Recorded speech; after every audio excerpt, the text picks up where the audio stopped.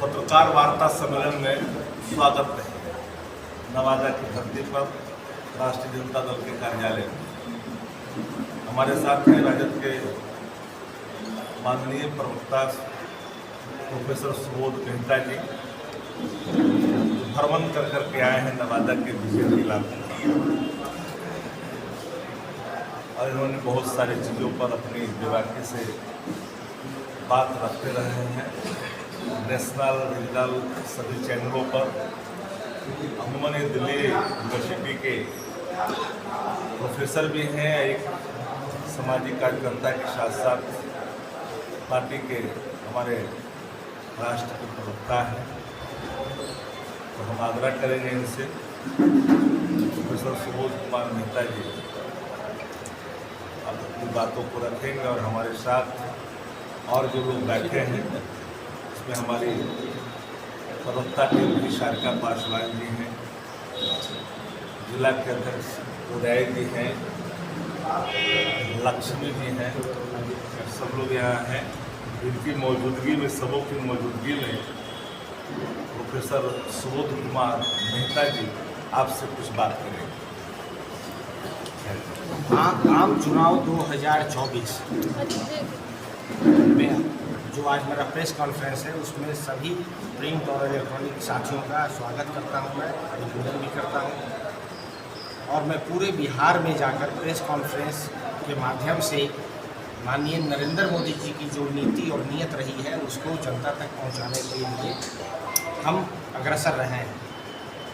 साथियों, जानते हैं कि 2024 का जो आम चुनाव है शायद ये पहला ऐसा आम चुनाव है जहां पर जनता की जनमानस के मुद्दों का अपहरण अगर किसी ने किया है तो नरेंद्र मोदी जी ने किया है। एक तरफ मुद्दों का अपहरण और दूसरी तरफ माननीय तेजस्वी प्रसाद यादव जी का जो डेवलपमेंटल का जो मुद्दा है, जो पढ़ाई, दवाई, कमाई, सिंचाई, सुनवाई और कार्रवाई का जो मुद्दा है, जिस पर बिहार की मासूम जनता ने मोहर लगाई है दो बार और सबसे बड़ी पार्टी बनकर हम लोग निकले हैं। ठीक इसी प्रकार से देखिए 2024 में भी जिस तरीके से माननीय प्रधानमंत्री ने जितना भी वादा किया था, चाहे वो वादा 2 करोड़ रोजगार का वादा, आज 10 साल हो गए हैं, 20 करोड़ रोजगार होने चाहिए थे, लेकिन पार्लियामेंट में नित्यानंद राय जी ने बोला कि अभी तक हम लोग 7.5 लाख ही रोजगार दे पाए। तो 20 करोड़ रोजगार का वादा कर 7 लाख रोजगार दिया। हम लोगों ने जो वादा किया था बिहार विधानसभा 2020 में और हमारी 17 महीने की जो सरकार बनी उसमें हम लोग 5.5 लाख सरकारी नौकरी देने का हम लोगों ने काम किया और गुणवत्तापूर्ण नौकरी देने का काम किया, थ्रू बीपीएससी के माध्यम से देने का काम किया। इससे पहले शिक्षकों की बहाली माननीय लालू प्रसाद यादव जी ने बीपीएससी के माध्यम से किया था। ठीक इसी प्रकार देखिए माननीय प्रधानमंत्री जी का जितने भी योजनाएँ अभी चल रही है, सभी योजनाएँ जो है धरातल पे नहीं उतर पाई। चाहे वो उज्ज्वला योजना हो, 7 करोड़ उज्ज्वला योजना के लाभार्थी हैं इस भारत में और पिछले साल पूरे 1 साल का भी जो रिपोर्ट आया है, लगभग 5 करोड़ उज्ज्वला योजना के लाभार्थी एक बार भी सिलेंडर का रिफिल नहीं कराया उन्होंने।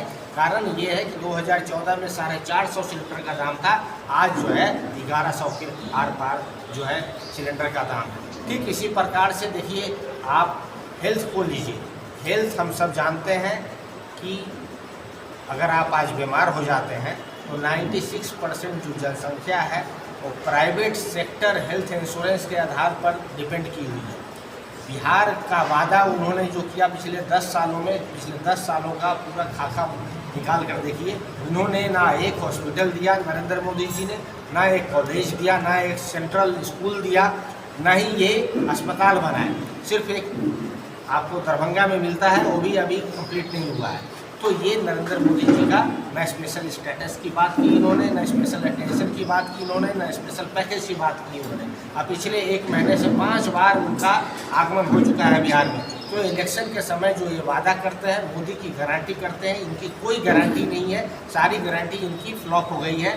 ठीक इसी प्रकार से जो हमारा वादा था सिंचाई का वादा, सिंचाई में देखिए एमएसपी का वादा किया था माननीय नरेंद्र मोदी जी ने कि एमएसपी हम डबल कर देंगे। डबल तो छोड़ दीजिए, आज जितने भी किसान के जो उपक्रम है, जो खेती में जो उपयोग किया जाता है, उसका 28% जीएसटी 28% जीएसटी किसानों के उपकरणों पे जीएसटी लगाते हैं नरेंद्र मोदी जी। और जो किसान का जो बच्चा है वो बॉर्डर पे भी लड़ता है, वो सेना में भर्ती होता है, और किसान अपना यहाँ पे जो है खेतों में मेहनत कर कर हम लोग सभी के बीच में जो है अन्न पहुँचाता है। उसको आप एमएसपी भी नहीं देते हैं, और उनको बच्चे को जो नौकरी सेना में जो होती थी, सबसे ज़्यादा सेना में जो नौकरी किसान के बच्चे करते हैं, उनको आपने अग्निवीर कर दिया। 75 साल में आप प्रधानमंत्री बनेंगे, अब 22 साल में वो बच्चा जाकर रिटायरमेंट ले लेगा। तो इस तरीके की नीयत और नीति रही है नरेंद्र मोदी जी की। और बहुजनवाद जितनी परंपरा है, संविधान के निर्माताओं ने संविधान में अंकित किया हुआ है। सम्राट अशोक के जो मूल्य हैं, जो चक्र हैं, जो भारत के प्रतीक हैं,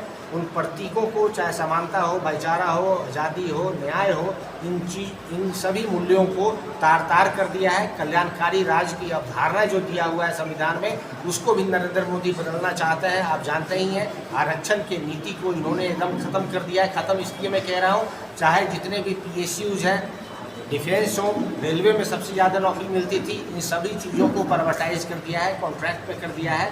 तो ये आरक्षण विरोधी भी नरेंद्र मोदी जी की नीति रही है। और ये आरक्षण विरोधी नीति इसलिए भी रही है क्योंकि हम जानते हैं कि जो बहुजन सुखाय बहुजन हिताय का जो कॉन्सेप्ट है संविधान में, उसके विपरीत जाकर ये संगोल का कॉन्सेप्ट लेकर आए हैं।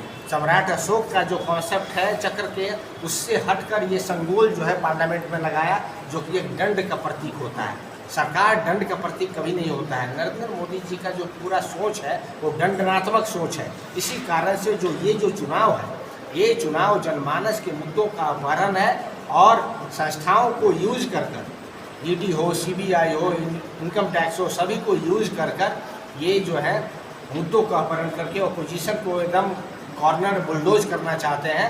इलेक्शन आप सब जानते हैं, इलेक्टोरल डेमोक्रेसी है भारत में। दो सबसे महत्वपूर्ण एस्पेक्ट होते हैं, एक है पार्टिसिपेशन और दूसरा है कंटेस्ट।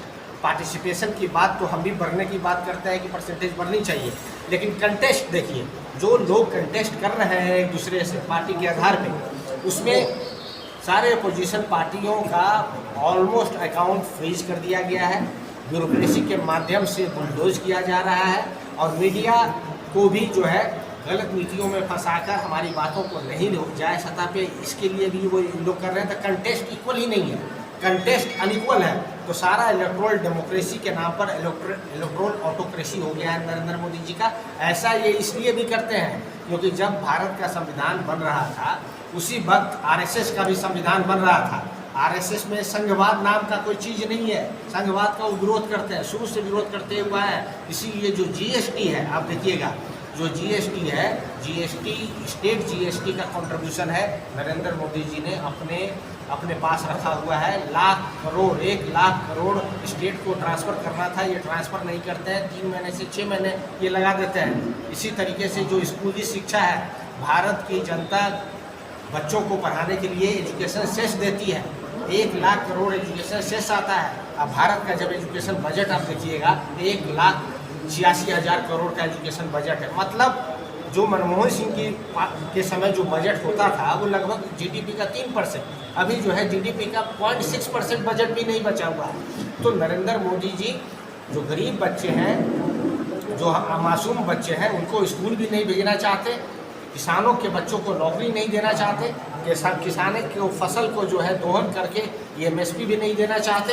तो इन सब मुद्दों को लेकर हम लोग जनता के सामने आए हैं, और जो जनमानस एकदम वेट कर रही है, एकदम सोच रही है कि जो 19 तारीख का जो पहला फेज का जो इलेक्शन होगा, और नवादा में भी जो इलेक्शन है, यहाँ नवादा का जो बेटा श्रवण कुशवाहा जी आप सभी के बीच में हमेशा रहते हैं, श्रवण कुशवाहा जी के साथ नवादा पूरा खड़ा है। और इतना ही नहीं, जो मैं औरंगाबाद और गया और जमुई से भी घूम कर आ रहा हूँ, तो मुझे लग रहा है कि एक तरफा प्यार बह रहा है। और वो प्यार ये है कि नरेंद्र मोदी जी के कुशासन को, नरेंद्र मोदी जी के वर्चस्ववादी नीति को, जिस वर्चस्ववादी नीति के कारण उन्होंने मुद्दों का, जनमानस के मुद्दों का अपहरण कर लिया है, जनता तक जाती नहीं है। आज शायद पहला ऐसा इलेक्शन होगा कि चौक चौराहे पे किसी मुद्दे की बात नहीं होती है। ये भारत की तासीर जो है, प्रजातांत्रिक तासीर है, सामाजिक क्रांति का जो ये जो प्रदेश है, इस प्रदेश में नरेंद्र मोदी जी को मुंहतोड़ जवाब दिया जाएगा। और चोट के वोट के आधार पर हम ये कह सकते हैं कि नरेंद्र मोदी जी को 2024 का जो इलेक्शन है वो आगे के प्रधानमंत्री नहीं रहेंगे और नरेंद्र मोदी जी को हम लोग यहीं पे 40 का 40 सीट से हराएंगे। इसी कुछ बात मैं कहना चाहता था। और यहाँ जो हमारे जो प्रत्याशी हैं, यहाँ के जो बेटा हैं, यहाँ सबके दिलों में बसते हैं। एकदम जो उनका जो बात करने का जो तरीका है, आम जनता के साथ वो इंटरेक्ट करते हैं बहुत अच्छे तरीके से। तो हमारी प्रत्याशी को जो आप लोगों के बीच के हैं, उनको मजबूती के साथ आपके माध्यम से मैं जनता को आह्वान करता हूं कि उसको जिताने का काम करें। और इन्हीं कुछ बातों के साथ मैं अपनी बात कहता हूँ। अगर कोई क्वेश्चन होगा तो आपके दो विधायक, धन्यवाद सुनिए ना सर, दो मिनट में आप बोलिए ना। एक से एक धन्यवाद।